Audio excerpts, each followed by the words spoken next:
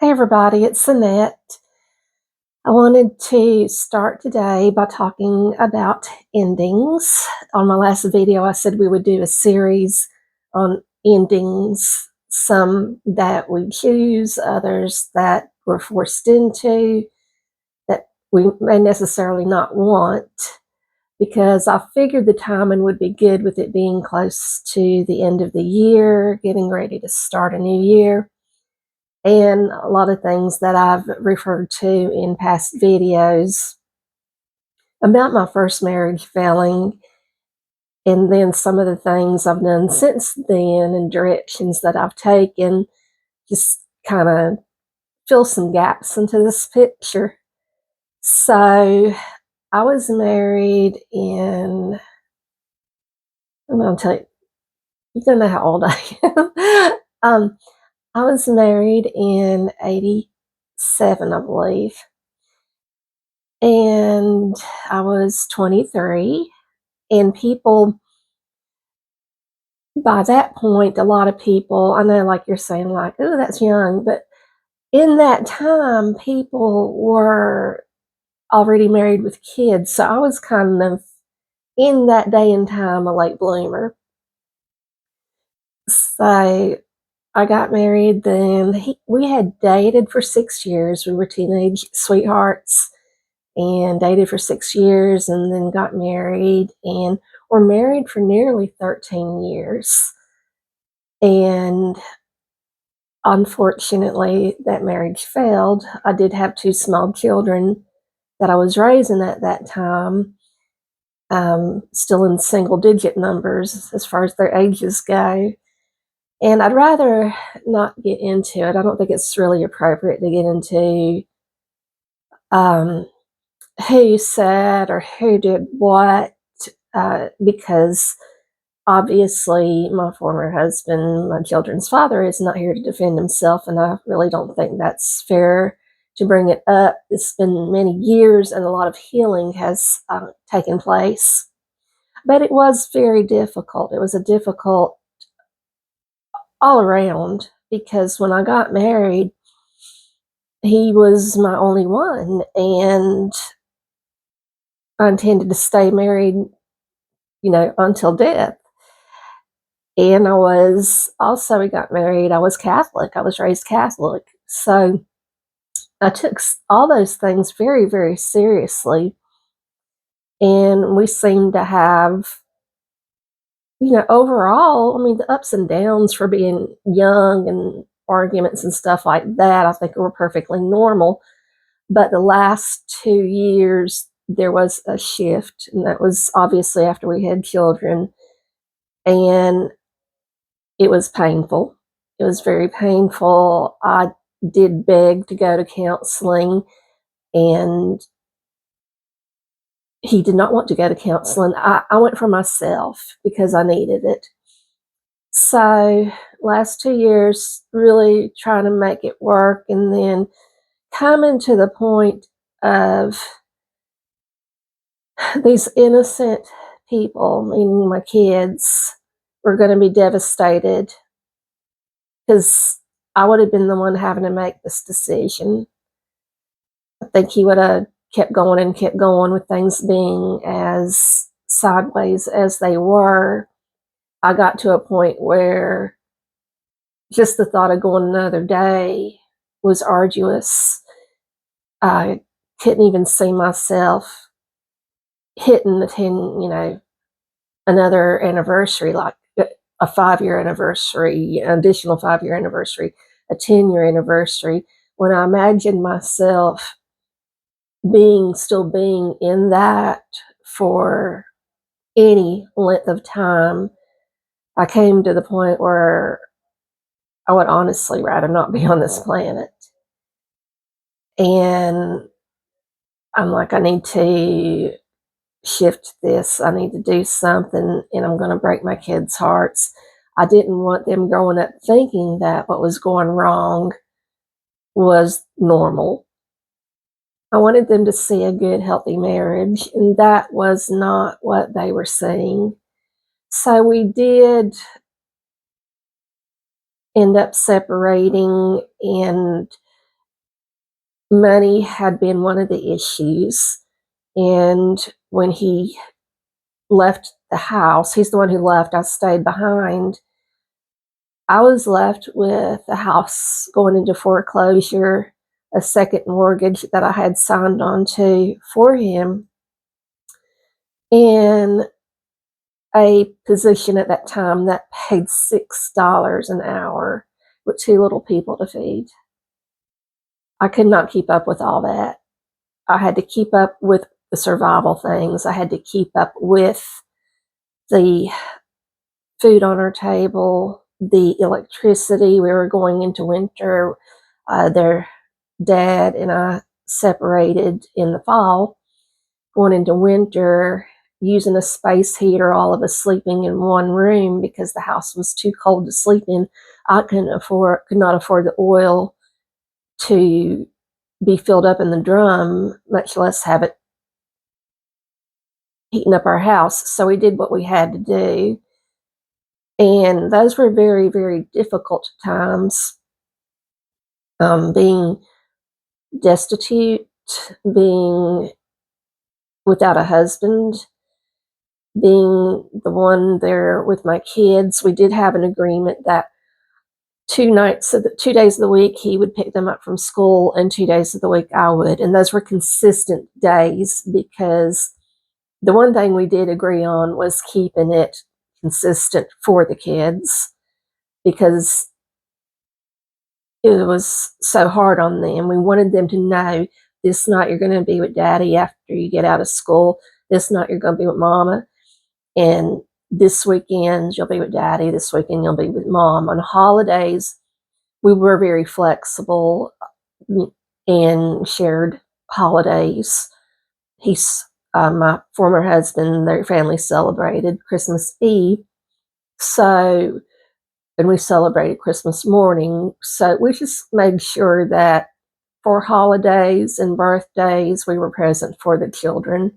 But it was very, very difficult to have that and the kids not knowing exactly what was going on. I'm sure they picked up on weird things. And now that they've grown up, in hindsight, they can see a lot of things that would not have worked well had we stayed in that dynamic. And they turned out all right. I'm happy with them. They're happy. And they still obviously still speak to their daddy, not quite as much as they used to over time, because I think things get revealed and they can see some of the stuff that led me to make that decision. But that was an ending that I never saw coming when I first said those vows. And it was a very, very hard place to come to. Like I said, it took me fighting for 2 years, trying to make something work that was not going to work. And it was very hard, and that does so many things to your mind, to your body, to your mental and emotional state. So we were together. Their daddy was at my son's wedding this past November after Thanksgiving. And I mean, everything was civil, everything went well. There's really not been anything bad post that. There was a moment after the split up where things were very rocky, and I'd rather just not go into that because that would be digging up stuff. But it was just, there was some hostility directed towards me. And I really can't go into a lot of detail on that, but there was some unhealthy things that were attempting to take place. So I did have to have professional and law enforcement to intervene. But thank God, now that I am where I am today, I'm glad that that decision was made, but I hated it at the time. I still to this day apologize to my children so sorry y'all had to go through that. That was the hardest thing because you were the innocent ones. And it was hard. And I don't know any separations or divorces that are necessarily easy, even when people get to the point where perhaps they despise one another. There's still got to be some level of pain there because you've been with this person for whatever length of time. I mean, for God's sakes, you fell in love with them and married that person. So endings in in this particular case, this one was a very painful one, but a necessary one. And I spent a lot of time after that, and we can have videos on that because this is going to be focused on endings about how after you do lose a marriage, how everything in your social circle and in life shifts. You are thought of and looked at completely differently. And that's another thing that doesn't help at all. But yes, my first marriage failed, 6 years of dating, almost 13, or a little over, right at 13 years of being married. So that was a lot of time in life that I had invested in another person and then a family.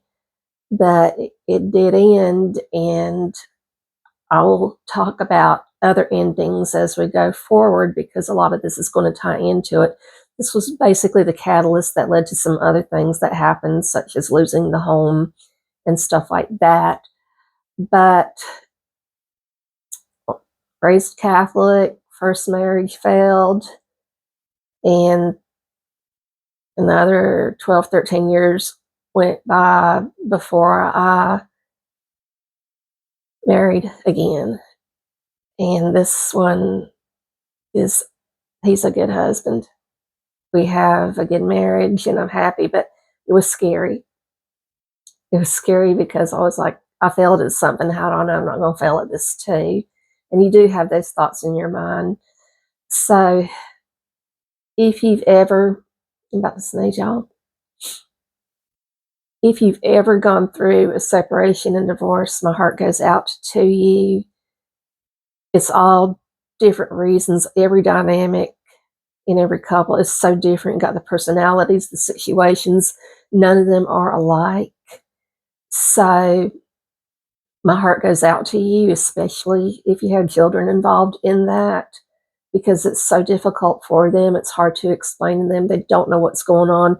You don't want to throw the spouse under the bus and trash talk the spouse. That's, I mean, you're talking about, the children's parent, the other parent. I know a lot of people do that, but that's not really a good road to go down because it's poison, really. You don't want to do that. If nothing else, I mean, we didn't work out as husband and wife, but he is the father of my children. So I think we need to remember that. And again, everybody's situation is different. But yes, I am a married, divorced, now remarried woman. He was brought up very old fashioned times, and divorce was just very, when I grew up, people didn't do it. And then by the time I got married, our priest said 50% of marriages end in divorce. So a lot of problems with divorce are caused by, obviously, I think the two biggest things would be, if I had to take a stab at it, money and or infidelity. So I feel for you. My heart goes out to you. If you are a Catholic who's dealing with this, I will let you know in a future video what my choice ended up being when I met my now husband. And we were trying to determine where we wanted to grow together spiritually. Because if you're Catholic, you know that once you're divorced, it's It's another thing that completely shifts. So I pray you're doing well. That was part one of my endings, and just something I wanted to share because a lot of the other things will tie into it. So, ending, but shifting and new beginnings. And it ended up being the right thing. A lot of pain, but it ended up being the right thing. And I'm not going to spend too much time back there because there's a lot of that I've had to block and not think about. That's why I don't go into great detail on it, because it took years of healing from that. Hope you guys understand. And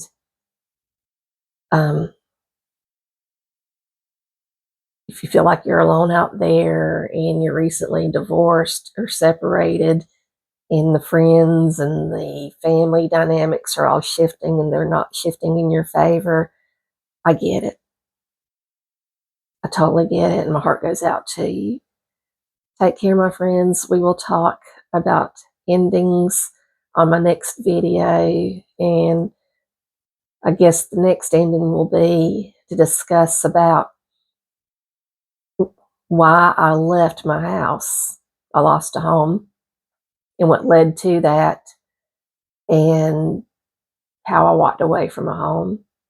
It took me years and years to recover from that, obviously credit wise, but when I tell my story, I have trust that you will understand.